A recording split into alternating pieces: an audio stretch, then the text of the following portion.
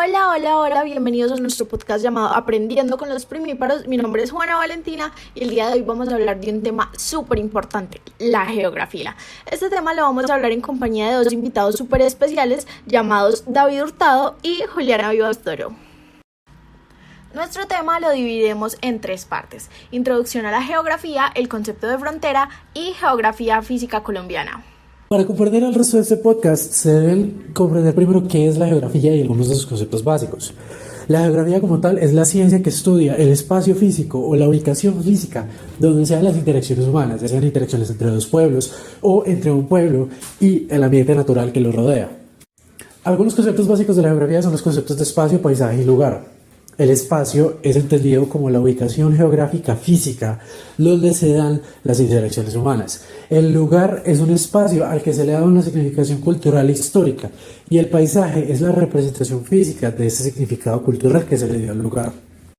Ahora, hay varias herramientas que son utilizadas para analizar la geografía, como son las mediciones de direcciones y distancias. Las mediciones de distancias pueden ser exactas a través de kilometraje y de millas en el sistema imperial, o no exactas, también llamadas relativas, desde un monumento cultural que es reconocido por la comunidad en la que se está dando el estudio. Lo mismo ocurre con las direcciones. Las direcciones pueden ser medidas de manera exacta a través de los puntos cardinales y coordenadas físicas, o pueden ser medidas de manera relativa a través de monumentos culturales.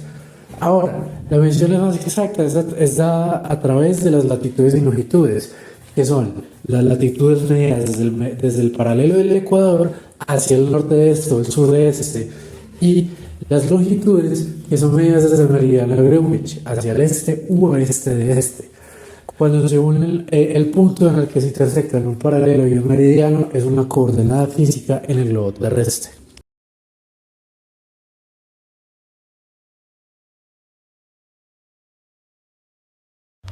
Para ser concretos, la palabra frontera tiene como definición tránsito social entre dos culturas o también fronteras invisibles. Estas fronteras invisibles se pueden presentar en dos casos: la primera en los barrios populares y la segunda cuando se presentan problemas sociales. Definir las fronteras en Colombia fue algo completamente sencillo, porque se usaron las referencias de la época colonial. Los estados se crean primero en Latinoamérica, se utilizó la división administrativa colonial, y gracias a esto las soberanías y mitos comunes se volvieron identidad. En el territorio colombiano hay varios tipos de fronteras. El primero es el continental, que es suelo o subsuelo, y el Estado ejerce soberanía sobre ambos. Otro es el marítimo, y se ejerce soberanía sobre algunos kilómetros. En estas hay aguas internacionales, y para eso se deciden divisiones entre mar patrimonial, mar territorial y mar en la plataforma continental. Otra de las fronteras es la aérea, y es demasiado importante en la geopolítica colombiana. Otra de las fronteras colombianas es la electromagnética, y en esta podemos encontrar cómo hay ondas emitidas. Y la última es la geoestacionaria, y en esta se define como la frontera de la industria aeroespacial o también como de los satélites. Colombia tiene varios acuerdos terrestres con la comunidad internacional, tanto con Brasil, Perú y Ecuador, pero uno de ellos es con la Convención de la ONU y es el Derecho del Mar, que fue celebrado en Ginebra entre 1958 y 1960.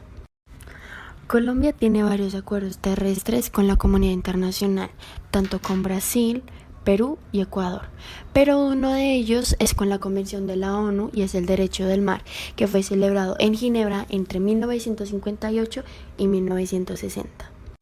Otro de los acuerdos que tiene Colombia con la comunidad internacional es con las fronteras marítimas, que en estas se incluye a Costa Rica, Ecuador, Panamá, República Dominicana, Haití, Honduras, Jamaica y Nicaragua.